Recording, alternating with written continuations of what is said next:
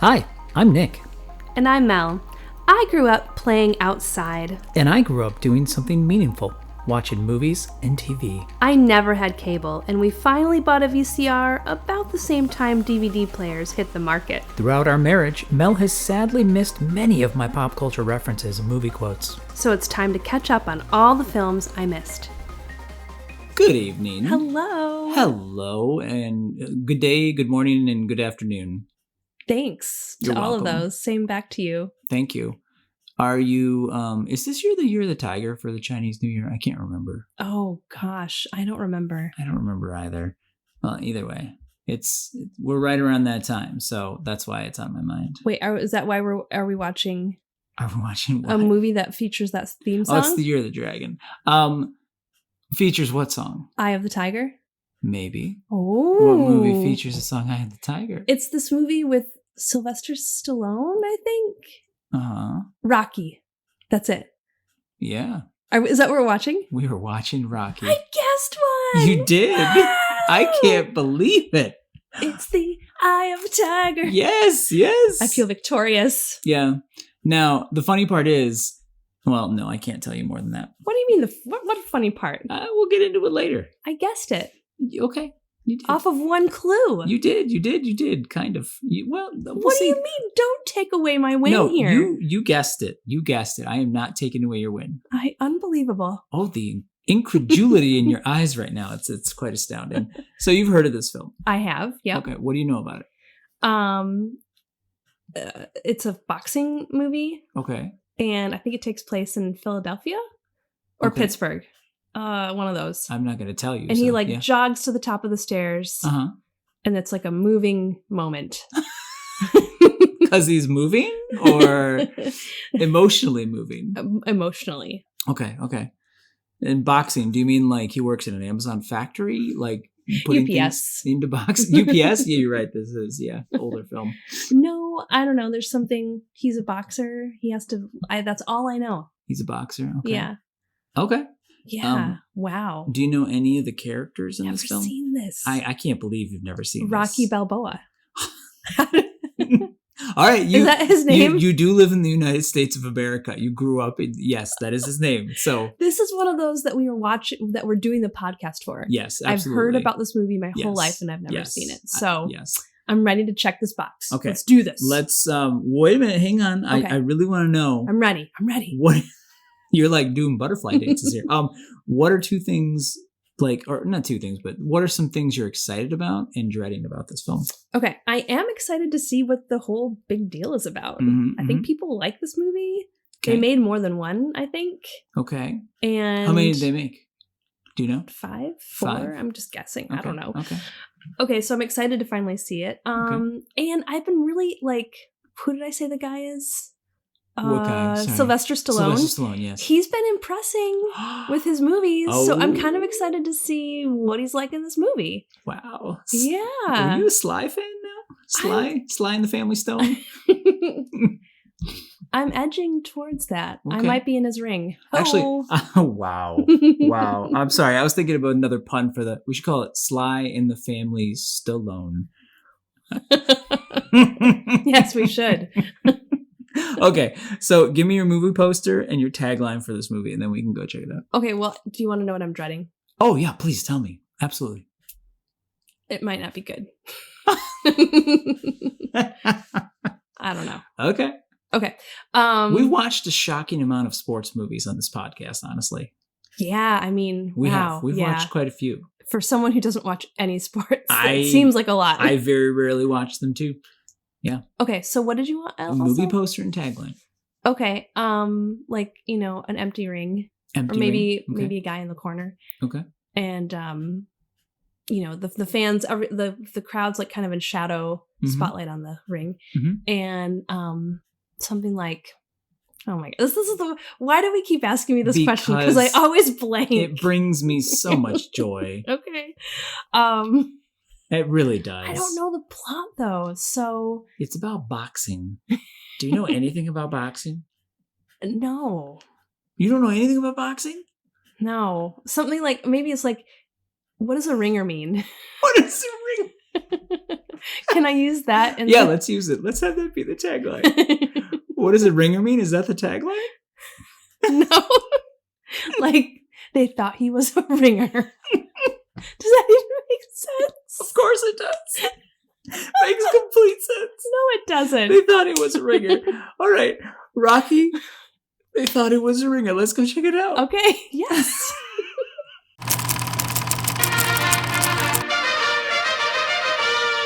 You believe that America is the land of opportunity.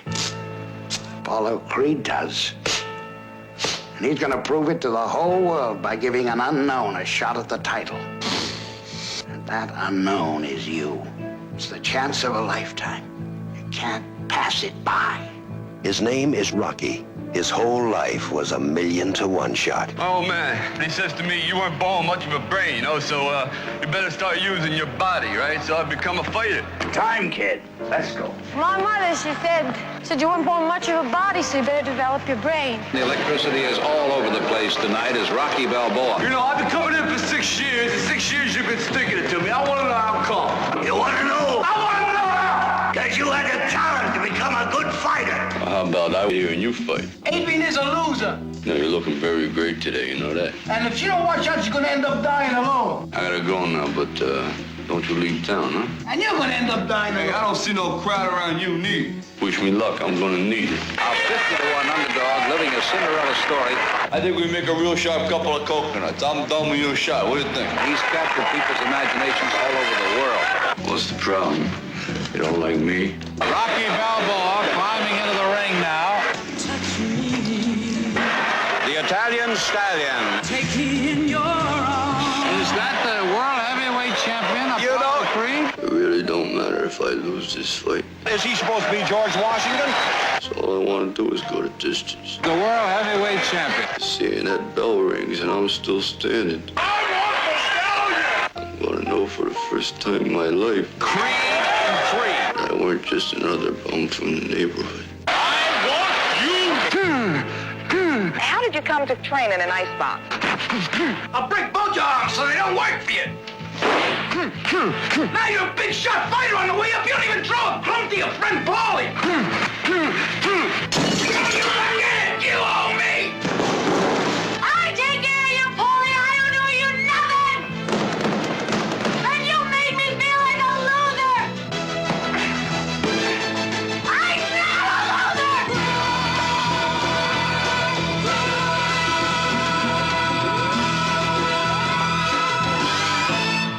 Rocky. His whole life was a 1,000,000-to-1 shot. In this corner, we have a man who saw Rocky probably once 25 years ago, and the challenger, and new rookie, Melissa, who has never seen it before. That's me. Woo. That's you. Sorry, I get all sorts of energized and different things going on after watching this movie. And I know I just literally said I saw it 25 years ago, but I've seen other Rocky movies. Spoilers, there are other Rocky movies. Anyway, it does something to me. But we'll get into that later. What'd you think? Whoa. Well, I still don't know what a ringer is, but I know what a ringer is. Wow, this is another time when I'm just totally surprised by what the movie actually is. Okay. After hearing like references to it forever. And like having this preconceived idea, it was great. It was really. I'm sorry, what was that? He puts his finger to his ear and leans towards her. I think it was a really good movie. Whoa! That's not the word you just said. I said great. You said great. I said it was great. Yes, you did. Yeah, I think that. Let me know when you figure it out. I'd like to know that. Well. Yeah, part of it is because after watching it, like I learned about like how it got made and whoa, crazy. Can't wait to share that with you. Yeah. So give us a quick summary of this one for those who may be in the camp that you were just before this. This is the ultimate underdog story. Mm-hmm. You've got a guy who's like just kind of lowest of the low. He's an enforcer. He's an enforcer, yeah. Collects money for a bookie or something. Yeah. But he's like this gentle person. Mm-hmm. Like he takes care of his turtles. Yeah. And he has a crush on the pet shop girl. And that's almost a band name. I was gonna say Pet Shop Girl. There's Pet Shop Boys. Yeah, that's a yeah. Anyway, but he also like does a little bit of boxing, but it's not great. I mean, he's just not great. He's a southpaw, so no one wants to dance with him because the rhythm would be off. Yeah. So then there's this guy, Apollo Creed, who is an awesome boxer. And he's the heavyweight champion of the world. He is the best boxer in the world. That's what he is. Yeah. For his weight class. And he has a really cool name, Apollo. Oh yeah. Love it. Yeah. And he's looking for he's like a marketing mastermind, really. And he gets this idea to fight an underdog and to pick someone to fight, and that would like bring a lot of people to the fight or whatever. Yeah. And his promoters go along with it, and he looks through all the catalogs of fighters and he finds Rocky and he picks him. The Italian Stallion. The Italian Stallion. That's what caught his eye. That name is hilarious. Yes. We know an Italian Stallion or two. Yes. They're wonderful. Wonderful. And so, so then the next part of the movie is like building up to the fight, and he's training and he's like nervous, has doubts. He also like gets into this relationship with the girl he's liked, and her brother is in the relationship too, and it's kind of rocky. Yeah. You're not going to laugh at my pun? Sorry, you caught me with the brothers in the relationship too. I was like, that can definitely be misinterpreted. I mean, he's roommates with her. And it's a really like complicated, like familial, like the brothers just, they get into fights and Sorry, tell me your joke again. I promise I'll laugh. The relationship is kind of rocky. Thank you. You're welcome. I feel better. So then it's all building up to the fight, and his whole goal for the fight is to just make it through. Yeah. To like not get like knocked out before the fight's over. How many rounds do they have to go? It's 15. That's crazy. I know. That's crazy. Yeah. But he does it. And that's how the movie ends. Like, he doesn't win the fight, but he does what he wanted to do. Yeah. And he got the girl. Yeah. What did you wow, getting chills thinking about the last scene too. What is so motivating for you about this movie? Like, this movie is like in like the lifeblood of a lot of people who watched it. Yeah, I mean, who grew up watching it. First off, if this podcast has taught us anything, it's that we actually like sports movies more than we thought we did. Every sports movie we've seen, we've been like, that's amazing. Because they're, in their essence, they're about like people trying to overcome. And the idea of human beings like dealing with whatever it is they have, to obstacles they have, and either individually or as a team, like overcoming those things is like crazy inspiring, and it taps into something like super deep and primal. That's why. So this movie, like, it takes its time establishing characters and establishing like what life is like, and just like what like life as a boxer is like. Like, it's not like action packed. It's like literally there's Rocky like just talking with people. And I was watching you as we were watching this, and you were kind of like, I don't know. You were kind of like, why is he talking this way? I can barely understand him. And why is he's doing all this weird stuff? And it's like to ground you in kind of like how much of I don't know, like he's a sad character. Yeah. You know, the desolation of his apartment that he lives in, the lonely life he has, and how he's just trying to scrape by on this like broken dream he had that's kind of fallen apart of boxing, you know?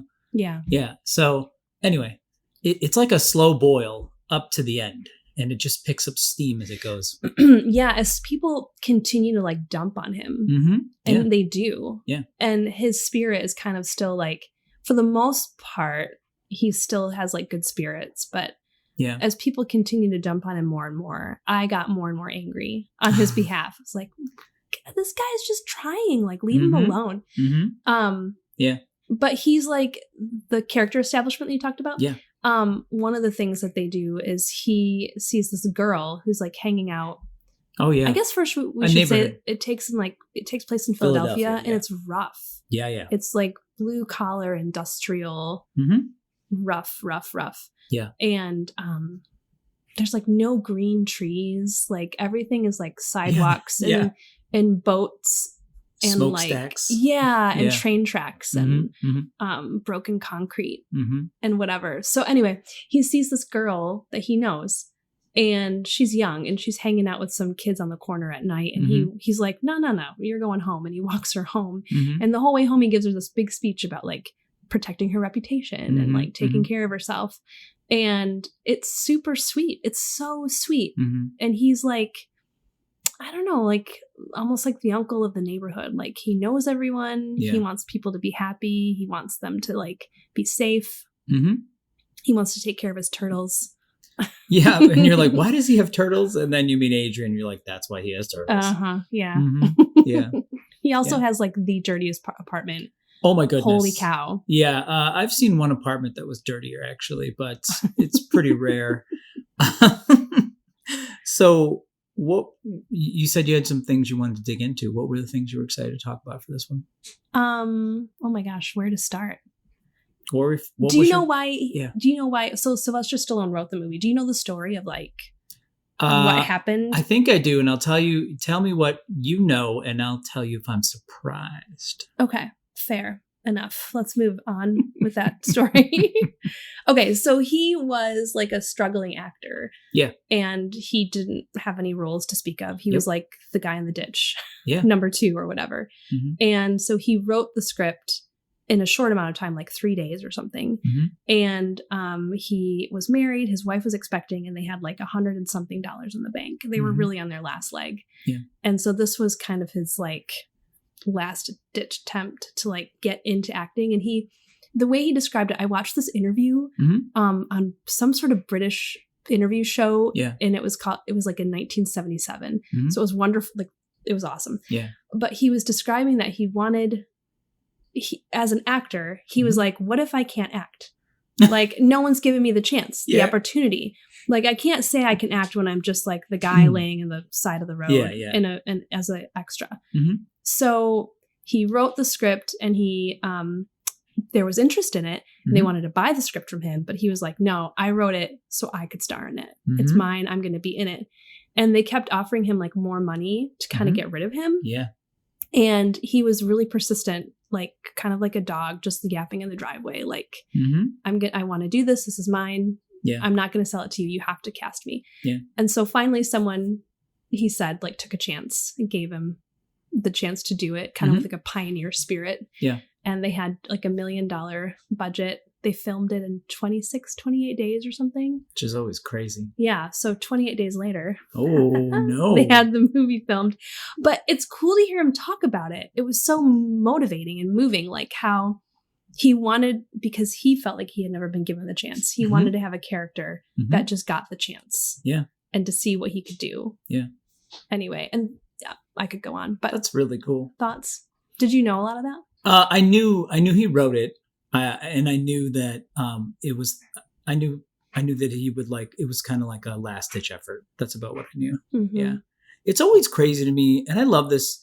As we were watching it, I said, I love movies made in the 70s. I love movies made in the 80s as well, and the 90s. I just love movies. But there's such a very specific feel to 1970s films. It's a little grainy. It's grainy. It has those long shots where they're way far away, like when he's on the stairs, at the top of the stairs, like, and the camera just zooms up to him from like however far away. Yeah, I love big those establishing shots that pan in, that kind of zoom in. Yeah, they're just really fun. And the music they use too, and the way they intersperse it in is always kind of fun. And yeah, I like the 70s movies. One thing he kept telling the people who were like, we'll buy your movie, but we don't want you in it. He said things like, I will work harder and I will work for almost nothing. And he only took like the base salary that the Screen Actors Guild. That he had to take. Yeah. That's all he got. So it's out probably of it. like $250 or something crazy low. Yeah. I think it was a little more than that, but he wasn't left with much afterwards. Yeah. He also described having a really big, intimidating woman landlord at the time. Like when she approached the building, he's really funny. Like, I'm just coming out of all these interviews of hearing him talk. He's really funny. And like, he has that way of talking that the people in the 70s talk. Yes. So he's describing like a big landlord coming to collect his money, and that her shadow overshadows the building before she approaches. And it's like, he's kind of afraid of this woman. That's hilarious. Yeah. You were definitely, I think one of my favorite things about watching movies with you so far has been watching you really take to Sylvester Stallone films. Because you were like, shocking. I am not, no. And then Arnold too, but I feel like if you had to pick between a Sylvester movie and an Arnold movie, you'd probably pick Sly, I think. I don't know. Like, which movies are you thinking about? Just in general. If I'm like, Melissa, we're watching a Schwarzenegger film or a Stallone film. What are we watching tonight? Okay, so one thing, if it was Terminator 2, of course I'd pick that over You wouldn't anything. know. Yeah, you wouldn't know. But if it were any other movie, I probably would. I know. I'm watching this happen and unfurl before my very eyes. Wow. Do you know why I picked this film this week? Is it because of Carl Weathers? Yeah. Yeah, Carl That's Weathers so passing sad. away unexpectedly. Yeah, I've had this one on the road. Like, obviously I was going to show it to you at some point. And I was thinking about when to, and then that happened. And I was like, he's so awesome. It'd be great to show you this movie and share it with you. And he's great in the movie. Yeah, he is. He doesn't get a lot of time in the movie. No. But I have a feeling you'll see more of him in the movies to come. Yeah, I suspect you may. But I love Carl Weathers. But my first introduction to him was Arrested Development. Oh, yes. And I was just like, who is this guy? Really? You didn't see Happy Gilmore?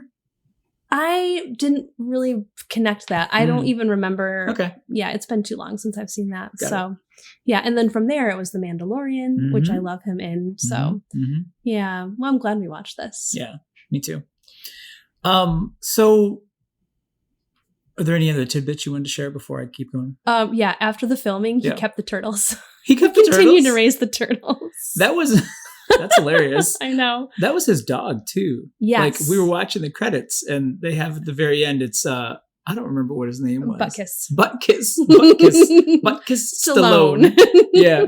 And then his brother, Frank Stallone, I think was his name. Yeah. He was the lead singer of the what did I call that? The Frankie Valley in the 4 whatever seasons. Yeah. They were just singing but underneath a street lamp and like just singing and making music. That was awesome. Yeah, that was really cool. So what surprised you about this one? Like, just either structure or sport? Because you literally didn't know anything about boxing. I was surprised at just it's just such a bizarre story. Like the way that he built the character and Adrian, the love interest, and all the characters. I was surprised at just how it was anything but ordinary. Yeah. Do you know what I mean? To have like the lead raise turtles and have a crush on the girl in the pet shop and also be an enforcer. I don't know. It was just the originality of it was really surprising to me. Yeah, which it's actually based on a true story. Like, there's an actual boxer, Chuck Wepner. And anyway, very similar kind of situation. And I'm sure that was inspiration for the film. But the structure and the way it goes, I really like Mick. Mick is like my favorite. Really? I forgot to, because Mick is a caricature in my mind. He's like Yoda in my head. Like, he's this like mentor figure. It's like he's a mean Yoda.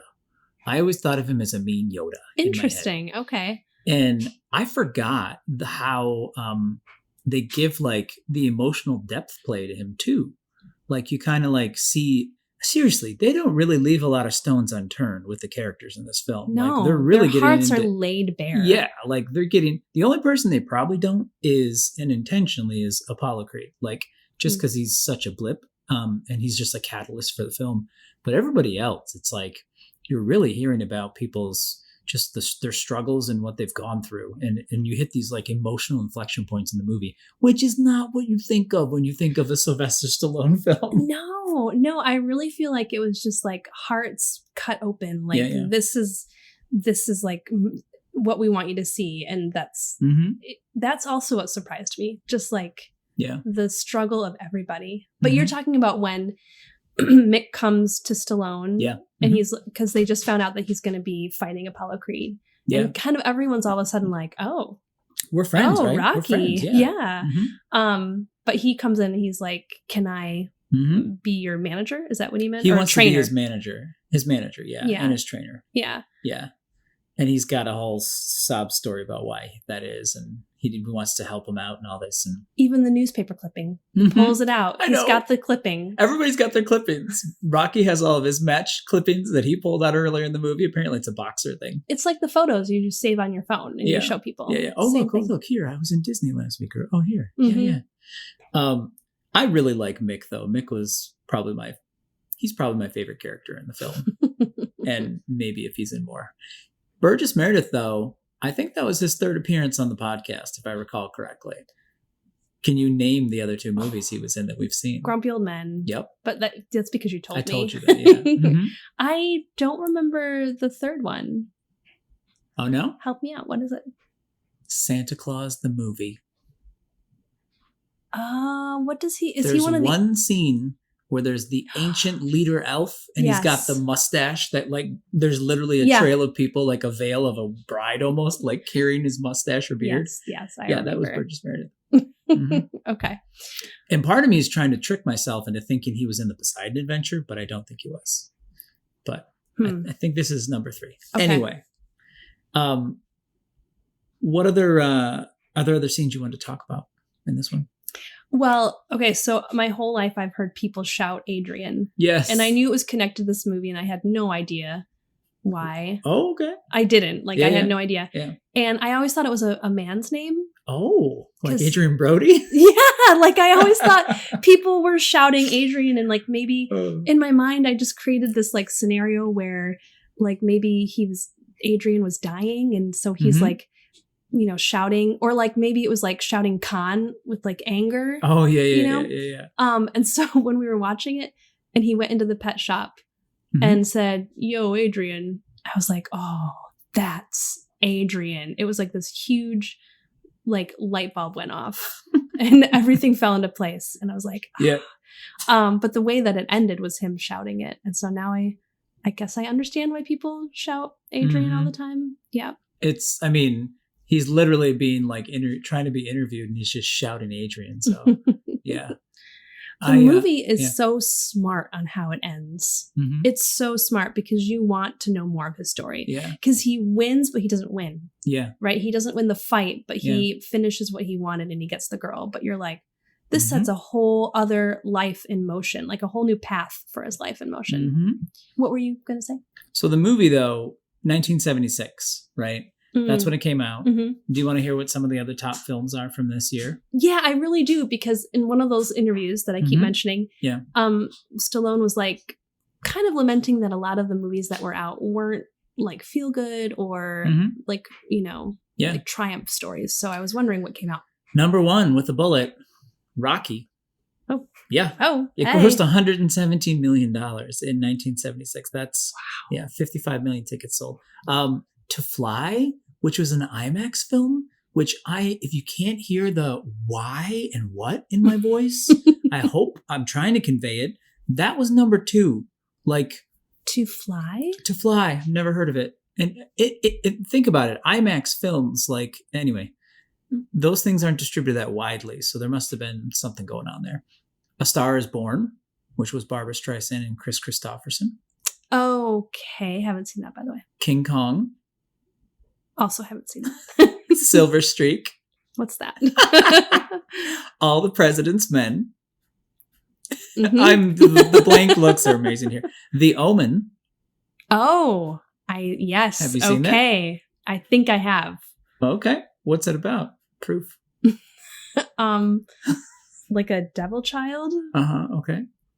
Do I need to say more? No, that's close enough. Okay. The Enforcer, Midway, and number 10, The Bad News Bears. The Bad News Bears?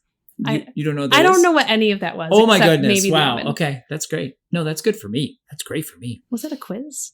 No. Okay. Maybe. It was a little reconnaissance. I can entertain and get reconnaissance at the same time. They're not mutually exclusive. What is the most annoying thing about watching Rocky? I had a hard time understanding him. Okay. Yeah. So I meant to dig into why he wanted to do that accent. Do you have any answers? I watched the film and it's my personal take. This is no interviews, nothing. Like, but as I said, they put a lot of care into establishing characters and establishing like the economic situation they were in and what his life was like and all that. And just the fact that he was a boxer who'd gotten knocked around a lot. So I think the way he talks is directly to convey all of that. It's like another layer on the onion for that. I'm nodding. I see that. So like he gets hit so much, maybe he starts to talk a little slower and I don't know what's going on here, huh? I for sure thought you were going to say the most annoying thing was the fact that I just uncontrollably talk like that for sporadic times for a couple days. It hasn't bothered me yet. No? Okay, good. I should have shouted Adrian while I was doing yard work this weekend. Maybe I'll put that on the list, yeah. What do you think the message of this film was, if there is one? Well, I think part of it is to like take your chance. That everyone deserves a chance. And then if you have your chance, like throw everything you can at it. Don't go halfway. Yeah. He definitely did not go halfway. Yeah. Yeah. The whole iconic training montage in Philadelphia on the streets. Yeah. All that. It's really moving. That they filmed that like guerrilla style. Like they were just they didn't have like shooting permits and stuff. They were just filming him running. Nice. And I also really enjoyed, that was a good take by the way, but I really enjoyed watching you. And you're like, why is he running like that in the beginning when he was out of shape? You're like, his form, what is that? I thought he was supposed to be an athlete. And I'm like, oh, she's going to love the training montage. Because literally the song says getting stronger, flying higher. Yeah. Anyway, and then his form gets really good. So that made me realize that he really was a bad boxer in the beginning. Like he, you know. He never really committed himself, I don't think. Yeah, Yeah. Or, I mean, but think about it though. He had like, that goes into like human motivation, you know, like he had an opportunity. He had people who were actually willing to help him, you know, like look at the difference between, that's what it happens when people encourage you and are with you. That what you saw the results at the end versus the whatever, he was 30 and so he'd probably been boxing for 10 years versus the 10 years before that of like everybody just not supporting him. Yeah. Thinking he was a bum, to quote him. Yeah. Yeah. I really like the training montage scene. Like that's really good. There's no Eye of the Tiger in it, but you know, I know I got that wrong. I was so angry. Not angry, but just like I couldn't believe that I had that totally off. So it's in another movie? Everybody thinks of Rocky when they hear that song too. Like it's not just me. It's just the series. You think of Rocky the character with that song. I literally, when I brought it up, I was like, oh no, it's not in it. Like I was like, it's not in this one. So yeah, it's an easy thing to be fooled by. Don't worry about it. Oh, thanks. I think the message in this one is you got to put yourself out there.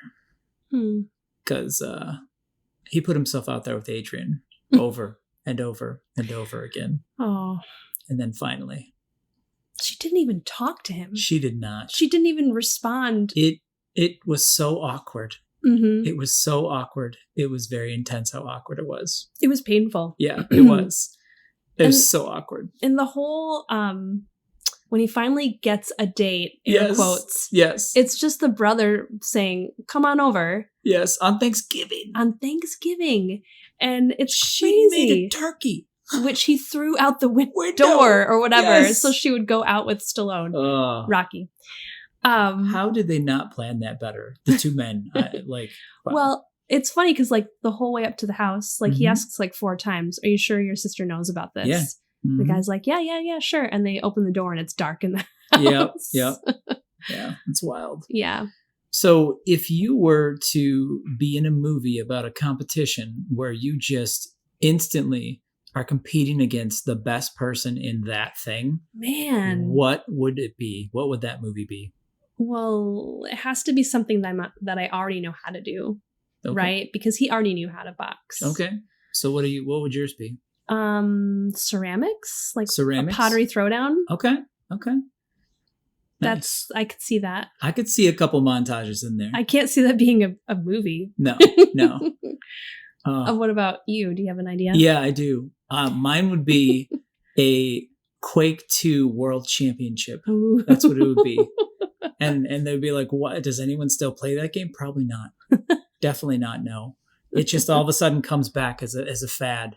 And then I play that game and that would be it. And I'd have to train harder. It would be like retro, right? Mm-hmm. And Yeah, then- it's totally retro. yeah. Not to be mistaken with Quake 1, Quake 2 specifically. Or not 3, Quake 2. Quake 2. Got Okay, it. good. Okay. As we close this out, I do want to say I love how this movie starts. Mm. It was such a random, eye-catching way that it starts. I forgot about it, and I really, really enjoyed it. So remind me again, like, what is Okay. the very beginning that you're like excited about? Was it the letters? Yeah, it's the letters. We just upgraded our home viewing experience to be a much bigger screen, right? Yeah. And can you imagine being in the theater and you're in that moment, Mm-hmm. that very like palpable moment where you're waiting for the film to start, everything's dark. And then you just see like giant white letters for Rocky kind of just like go by like the New train. York Stock Exchange, like the ticker, Yeah. or a train. Yeah. And it's just the motion of it's cool. The momentum carries you into the film. I just really liked it. It's cool. I've never seen that before. Yeah. Done Mhm. like that. Because the letters take up the entire picture. Picture. Yeah, Yeah. totally. It was good. I feel like there's like a ton more we could say about the film. It's more rich and packed than I ever expected. I'm fairly certain there may be a Rocky or two we'll be able to talk about in the future. Okay. Yeah. Sounds good. Will there be turtles? That I don't know. Rocky versus the Teenage Mutant Ninja Turtles. That's a movie I want to see. I want to see that. Actually, callback, Michelangelo does a Stallone impersonation in TMNT. You remember? He even goes, Adrian! So this is perfect. Oh, Wait, we should say one more thing. Please. We saw Sylvester Stallone we did. at Comic-Con. Which time? It was for the Expendables, right? Oh, yeah. Yeah, we saw him. Yeah. Yeah, and Expendables 1, yeah. Oh, there's of course there's more than There's one. more than one, yeah. Anyway, and that was cool, and he seemed really cool. Yeah, he seems like a very laid-back, chill guy. Yeah. Yeah. All right, this was fun. This was fun. That's a wrap. I wish I had a bell. Ding, ding, ding. Yes. That's a wrap. Tell us what you think of this film in the comments, and don't forget to like and subscribe for more.